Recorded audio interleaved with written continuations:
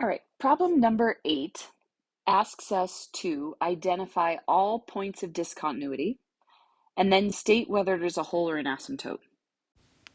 All right, the directions actually give away all the information. A point of discontinuity, and make sure you understand this.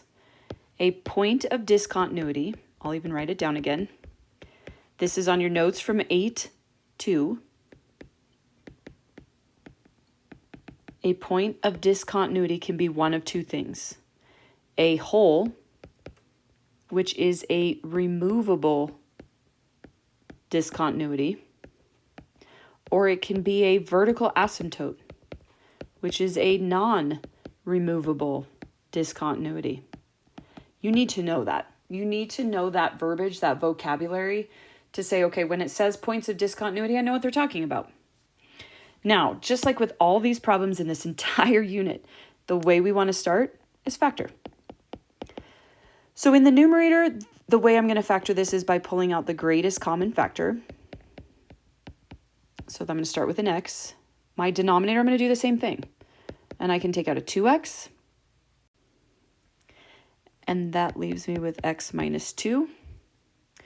And keep going, I can do a little bit more. So in the numerator, I can factor that trinomial, and that will be x minus 4, x plus 3.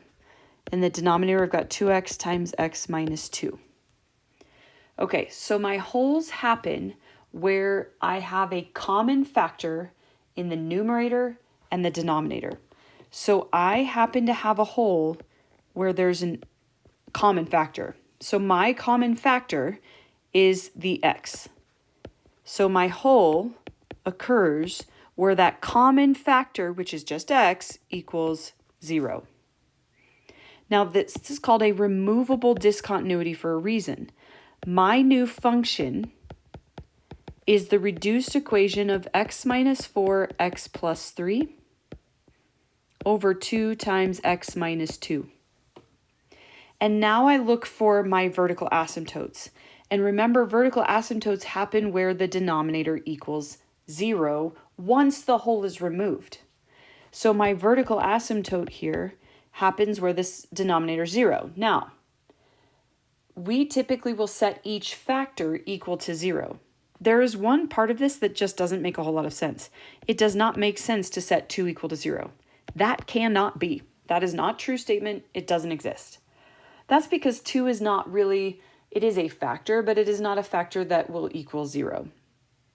So I'm going to set x minus 2 equal to 0, and then we get a vertical asymptote of x equals 2. So this is really just like the precursor to being able to graph, is recognizing your points of discontinuity, which means your hole or your vertical asymptote.